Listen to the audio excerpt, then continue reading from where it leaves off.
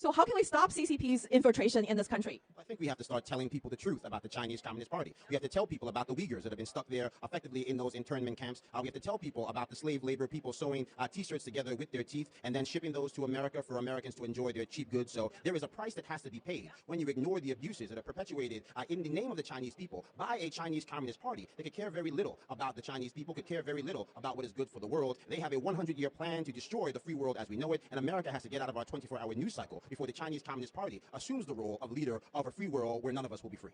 Oh, yes, absolutely. You nail it. So this is what happened to the CCP's infiltration because they were given the permission by the American government or people to steal technology and to, set up the police station. So a lot of the problems started from within. It's this country. There are people who are willing to put America up for sale, and the CCP turns out to be the highest bidder. And we know this is a capitalist society. So, and we're deeply troubled by CCP not only persecuting its own people back in China or the Uyghurs concentration camp, but CCP has weaponized the U.S. federal government agencies like the SEC, the DOJ, the FBI, and also you heard about the CCP virus. The COVID-19 came from the Wuhan bioweapon lab. They got the funding from NIH, and that is the American taxpayer dollar funded federal government agency. So we're talking about America is funding the rise of the CCP and funding the CCP's expansion to this country and infiltration in this country. How can we stop that? Look, if you don't know that your soul is for sale, you're very likely to give it away for free. And the soul of America is for sale because the Chinese Communist Party is in bed with people that put their hand on the Bible and swore an oath to defend this nation from all threats, foreign and domestic. And so when you look at what happened in Afghanistan,